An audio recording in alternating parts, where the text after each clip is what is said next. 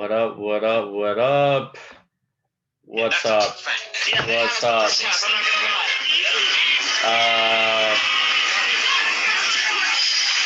It's the Shi-Fi podcast. It's the Shi-Fi podcast, episode 100. Wow. 100. I don't have many thoughts about it. I don't know. It's 100. I mean, there's a lot of podcasts out there. There are like, what, in the thousands already now? I don't know, man. It's been a fun podcast. It's allowed me to vent certain opinions, whether it's come to sports topics, how people are, I don't know, just I don't know.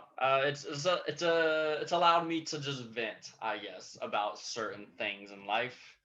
It's not that deep. It's just a podcast. I mean,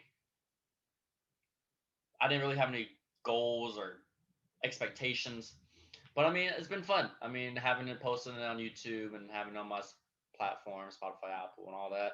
It's been fun. I mean, I've been seeing success, I guess. Like, what, my podcast and all that has been watched for 200 hours in total. Like, watch time. That's kind of crazy. That is kind of crazy. 200 hours. What? So every podcast has been watched for 2 hours in total. That's pretty good for an average. I think I'm in the 3,000 plays on like just streaming. That stat is very misleading because a play is the platform I use, when it says like 3,000 plays, that means like 30 seconds of an episode, which isn't like that crazy impressive. Like, you know how they count, it's not as impressive as like a song stream, because a song stream counts as, I think, 15 seconds. No. A song stream counts as 30 seconds. A podcast stream counts as a minute. So if someone has, so that 3,000 plays, that could have been just 3,000 people just listening to one episode for 60 seconds each. That's basically what it means. So I don't really know that stat. That's very, I wish there were better podcast stats, but that's why I love YouTube, because it really has it more of a detail. So like that 200 hours really is kind of cool, because like it's like wow, people are actually watching or / listening to my podcast on YouTube for 200 hours in total. It's kind of crazy, because that's actually like listening. Like, it's hard to just have your a podcast on YouTube just playing. Like, no one really does that. So I don't know. It's kind of cool. I think that speaks more volume. That stat provides more feedback than a play on Spotify or Apple. I mean, I do appreciate it, but I think YouTube is definitely a cool. That's why I really look at the stats on YouTube. I like that. So, yeah. I mean, but I don't really care for that.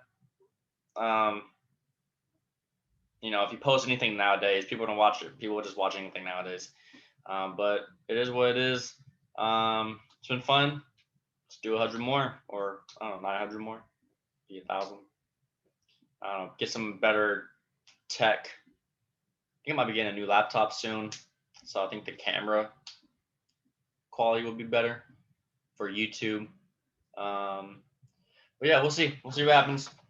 It's a podcast. It's not, people who make podcasts put too much like effort, or like when they start it, people are always like, oh, start a podcast.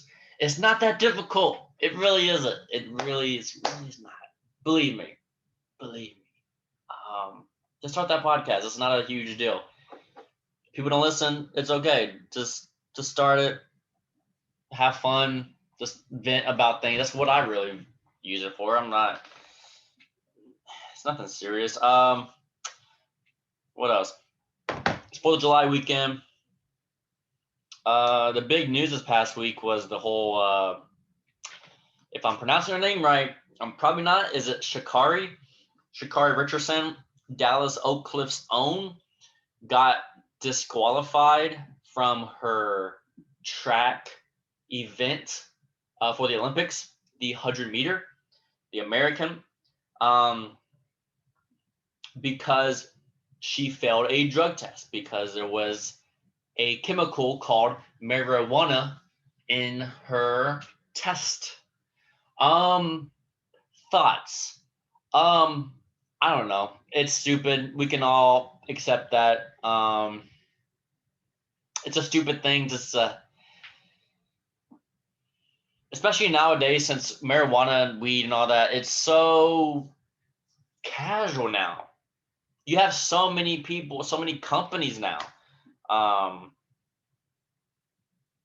that invest in weed, and it's just such a on and off drug to where it's not like heroin, it's not like crack, it's not like coke, where okay, yes, that is a harmful drug, but now marijuana, weed is such a drug that is, it's not hurtful, it's not helpful, it's just like it can be hurtful, it can be helpful, like coke, heroin, those type of drugs, they're not really that helpful. They're maybe helpful for 2 minutes, but the cons are so outweighed. So weed has just always just been, no one knows what to do with it, because on one half it's, yes, it can be a bad habit, but on the other half it's very good for you. It's very, I mean, yeah, I don't know. It's cool. It's a hobby. I mean, weed is almost kind of like alcohol to me, in a way.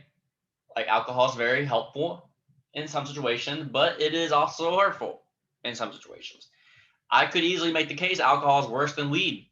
It is very much worse than weed. If we're not, yeah, if we're really want to debate that, I think alcohol is worse than weed. Yeah, that's crazy thinking about that. But is alcohol worse than coke? No, I don't. I don't think so. Is alcohol worse than heroin? I don't think so. Um, yeah. So going back to that thing, it's just such a, like what I think Dwayne Wade tweeted something very, things I've known, but it's just kind of interesting. A lot of investors are, it's kind of a trendy thing. Weed manufacturing companies are becoming very trendy to invest in. I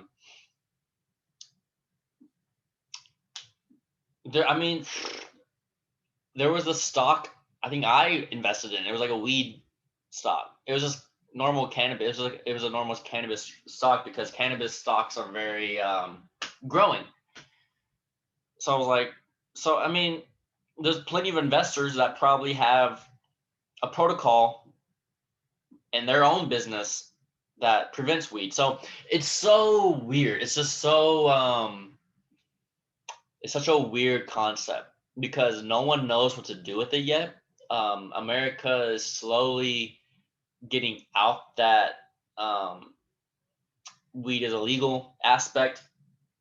I think what 10 or 15 states of the 50 states in the United States don't, or made, what's the term? Is it called decriminalizing weed? Decriminalizing, where it's like if you get caught with weed, nothing happens to you. It's not like California is legal. Weed's legal in Cali, weed's legal in New York, and I think 10 or 15 states are like that now. It's becoming normal. I think Texas will get there in about 10, 15 years. I would say in 20 years, weed's going to be legal in the states. So it's just so sad just to see, like, athletes failing, drug tests because of weed when it's like very legal in most parts. But it's just it's just stupid. Ugh. Um, but I will say, she knew that signing up Like I'm not trying to defend or except I don't know. I don't know what I'm trying to do. But at the same time, like, you know the rules. You know, like I don't know. It's like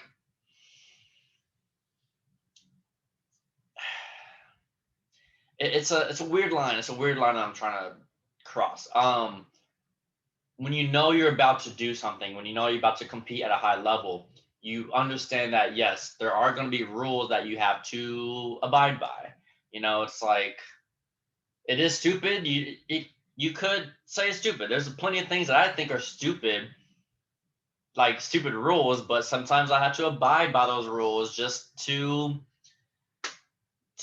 make way. I don't know, just make peace with people. Um, there are certain topics I don't bring up around certain people because I just want to be peaceful and just be normal. You know what I mean? Like, so she knew that there was going to be a lot of drug tests going on with her being such a highlight in the Olympics. Probably the one of the most hyped up American Olympians that I have known. I mean, she was a household name already, and the Olympics haven't even started. But maybe because she's from Dallas and just very hyped up, or that I would know of her. But yeah, it's sad. Yeah, I'm really sad for her because that was gonna be so exciting seeing a Dallas person. Um, you know, being one. What she was the fastest woman American in a while, or I think ever. Um, and her, I think it's a 30-day suspension. So she's going to be allowed to participate in the 4x1. It's very confusing. I don't know how they do this, but I think with the 4x1 with the relays, um, it's more of a team sport. So I think they don't really disqualify certain athletes from participating in that. I could be very wrong here. I'm just kind of guessing or assuming.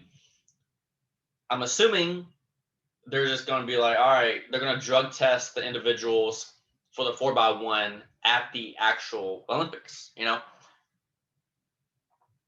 So I think with the team relays, it's much different from the individual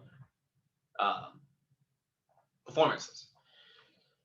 I mean, and also, it's not that, I mean, it isn't in the world, but at least, I mean, what? The Olympics are only in 3 years, the next ones. Like, I think a lot of people don't realize that. Like, it's like if I was a young Olympian, I would be very excited because there's going to be 2 Olympics in 3 years, 2021, 2024. That's really exciting and really like you got to take advantage of that. Those 20-year-old Olympians right now, they're probably very happy. So with that being said, Sha'Carri is going to definitely be in the 2024 Olympics. I hope she's able. I mean, what? I think the average prime of a speedster 100-meter runner is usually 2 Olympics. I mean, Usain Bolt had the 08 and 2012 Olympics. Did he do the 2016? I don't think he did. It's very hard to do a 3 Olympic. Did he do 2016? He might have done 2016 as well, but I don't think he won the 100-meter. Maybe he was in a relay. I don't know. Whatever. So yeah, we'll see what happens. I've seen a lot of people kind of compare it to Michael Phelps. I don't see that at all. The weed thing, yes, but Michael Phelps was completely different. Like, I wouldn't compare Sha'Carri to Michael Phelps. Like, I don't. That would be very disrespectful to the Olympic committee and Michael Phelps himself, because his was, I would say, way worse of a situation because he technically didn't even fail a drug test. He was caught with a picture smoking weed. A picture. He probably did 2 puffs and probably wouldn't even he would probably still pass a drug test because it was a picture. So It was a picture, and what he lost, he got suspended 3 months, lost like all his endorsements. I remember like him and Kellogg's were like the duo. I think he lost a Kellogg's endorsement. Like, how do you lose a Kellogg's endorsement with a picture of you smoking weed? Gosh, and it was 09. It was like after the Olympics. It was like, I think he missed like the World Championships the next year, which no one cares about. So the timing of his was extremely different. And after, because I think that was a year after the 08 Olympics where he like broke all the records and whatnot. But yeah, that was kind of cool. It wasn't cool, but it's not a fair comparison for neither side. And I don't have any comments of what I'm about to say, but I have seen things of like people bring up racism in this. I don't know. I don't have a comment about that because I'm like, I don't know where that falls in this Sha'Carri situation. Because weed is it's a universal thing.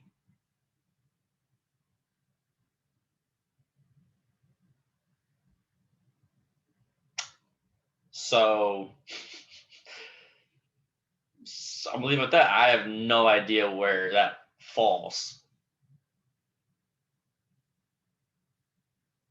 And I'll leave it at that. Yeah, I have no idea. So I've seen that. I'm still trying to understand what people are trying to like. I'm trying to figure out the racism aspect of this. The weed fell in the drug. So I think that's a very universal situation, right?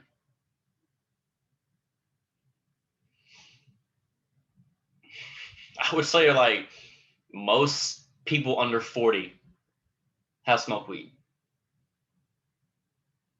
I would say 90% of people under 40 have smoked. Every race, culture in the world. Yes. All right, whatever. So yeah. What else do I want to talk about?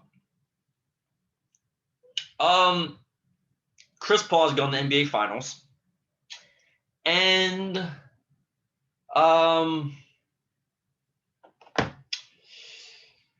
that's brought up the comparison. I've been talking about this for a while. Is he a top 5 point guard in NBA history? 2 months ago, if you asked me that, I'd have been like, no, he's not a solidified top 5.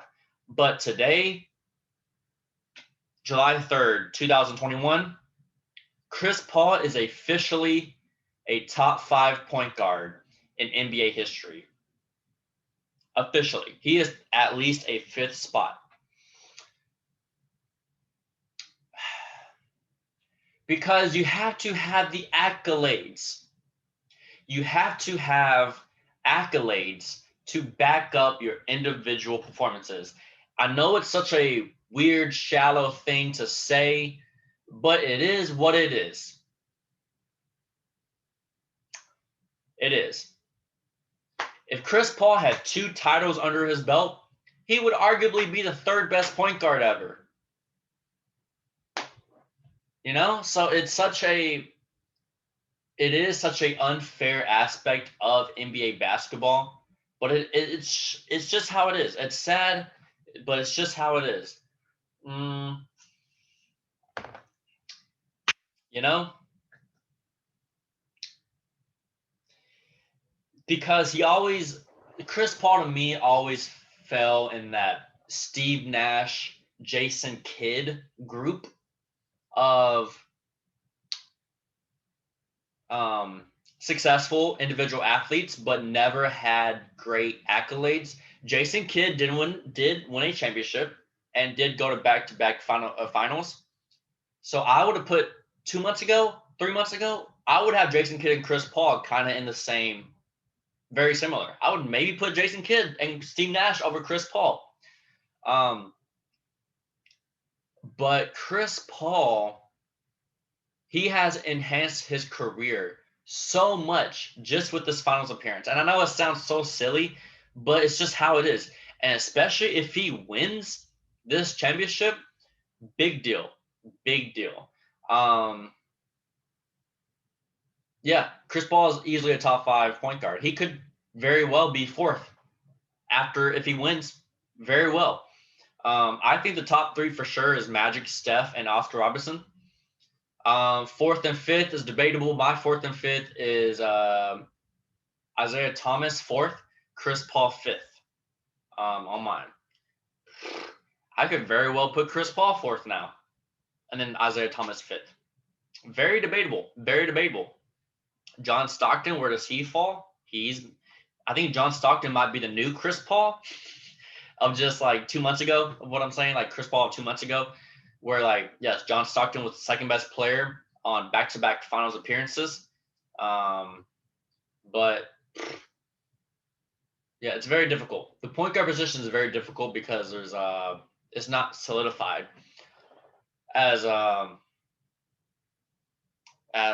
the other positions. And also, stop putting LeBron in your top 5 point guards. He's not a point guard, y'all. That makes me so mad. I don't know why that makes me so mad when people put LeBron James in their top 5 point guards. He is not a point guard. And I know, like, yes, he initiates offense, but I don't know how to explain how LeBron's not a point guard. He just isn't. Is LeBron a point guard now? Yes. Yes, I will say that. He is a point guard now. LeBron, Laker LeBron, he is a point guard. Okay, get over it. But the first 15 years of his life, no, he's not a point guard. If he's a point guard, you're telling me Mo Williams is a shooting guard. You're telling me Kyrie Irving's a shooting guard. You're telling me what else? You're telling me Mario Chalmers is a shooting guard? No, just stop it. Just stop it. Okay, just stop. LeBron's a small forward. Okay, can we get over that? Okay, cool. We're moving on. But and I saw Keyshawn Johnson say this the other day. He was like, "Oh, Steph Curry's not a point guard. He's just in a level himself." What does that mean, bro? What does that mean, Keyshawn? What does that mean? I have no idea what you just said. He's a point guard, though. You just can't be like, oh, he's in a level himself. And also, like, he compared it to how slot receivers are technically not wide receivers. So you really can't compare the stats of a slot receiver to a wide receiver. And that was a good point. But at the same time, I'm like, that's a wide receiver. Is a slot receiver still not technically a wide receiver? I would put a slot receiver, and if he had the stats to back it up, that's a wide receiver. Now, it does get tricky whenever you want to compare it to a tight end to a wide receiver. That's tricky. I think that depends on where he's lined up. Whatever. I think Mike Evans has truly broken out of that tight end circle and has become a wide receiver. But for people like Jason Witten, Tony Gonzalez, Antonio Gates, when they're 90% lined up as a tight end, they're a tight end. They're not a wide receiver. Okay, cool. We're done with that topic. What else? Position. So, and also we gotta stop putting asterisks over every NBA final. I'm sick of it. I'm sick of putting asterisks over every NBA finals. I am very sick of it. I think we've put an asterisk on every NBA final since 2015. Is it fair sometimes? Is it unfair? I get it, but let's just grow up and just call it is what it is.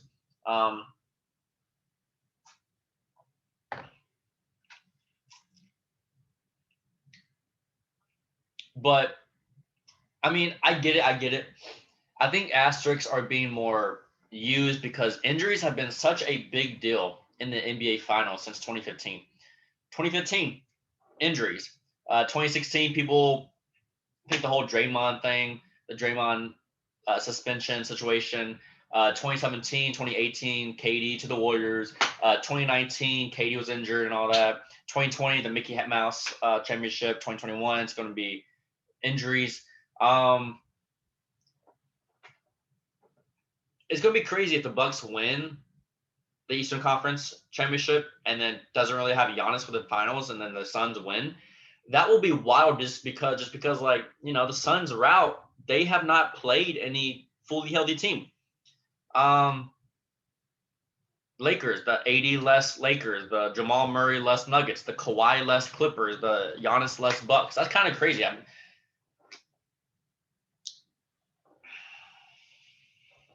that is kind of crazy. I get the asterisk talk. I think, honestly, if Giannis doesn't play in the finals and the Suns win, I would say that's the most asterisk-esque championship behind, you know, 2015, whatever. I just literally just said don't stop putting asterisks.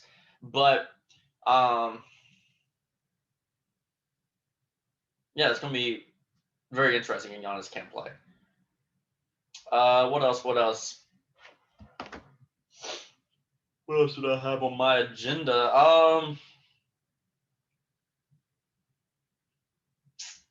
And also with the injuries, LeBron had that whole tweet thing last week or whatever. I hate, what do you call it? I'm a LeBron stan. Everybody knows I'm a LeBron fan. But when LeBron does this whole he pretends he's kind of better than everybody. What did he do? He like tweeted saying, I told y'all this is what was going to happen. I told y'all, but they didn't listen to me. There was going to be injuries in the NBA this year and blah, blah, blah, and blah, blah, blah.